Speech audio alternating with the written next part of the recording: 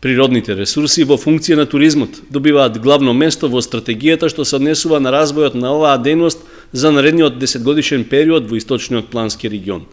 Таков е заклучокот на експертите, но и на представниците од општините, на одржаните работилници што се организираа за изработка на стратегијата. Главна забелешка е дека има многу природни и културни ресурси што се интересни за туристички цели, но тие се расфрлени на различни места, што ги прави недоволно достапни и искористени. Од една страна имаме доста ресурси, има што да се понуди во рамките на регионот, меѓутоа од друга страна се уште инфраструктура како рецептивни фактори не се доволно развиени. Значи, нема доволно сместувачки капацитети, нема доволно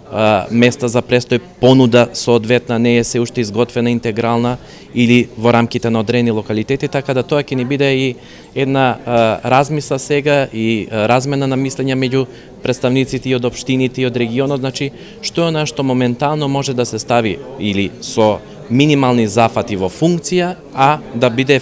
ефектот сепак максимален за пократок временски период и без тоа да бара некои екстремно високи вложувања или не знам какви дополнителни средства. Според Милевски, развојот и искористувањето на потенцијалите во регионот не треба да биде насочено кон така наречениот масовен туризам. Оценка е дека ниту зимскиот, ниту бањскиот туризам сами за себе не можат да донесат некој голем туристички просперитет на регионот.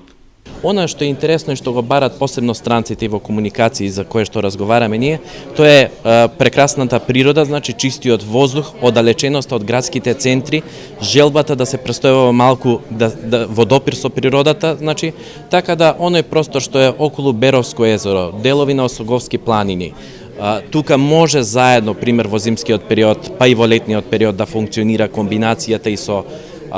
локалитети како што се Пониква и така натаму. Понатаму делот на Зрновци, прекрасната долина и кањонот на Зрновска река, заедно со Туртел, пештерите горе и така натаму. Значи има доста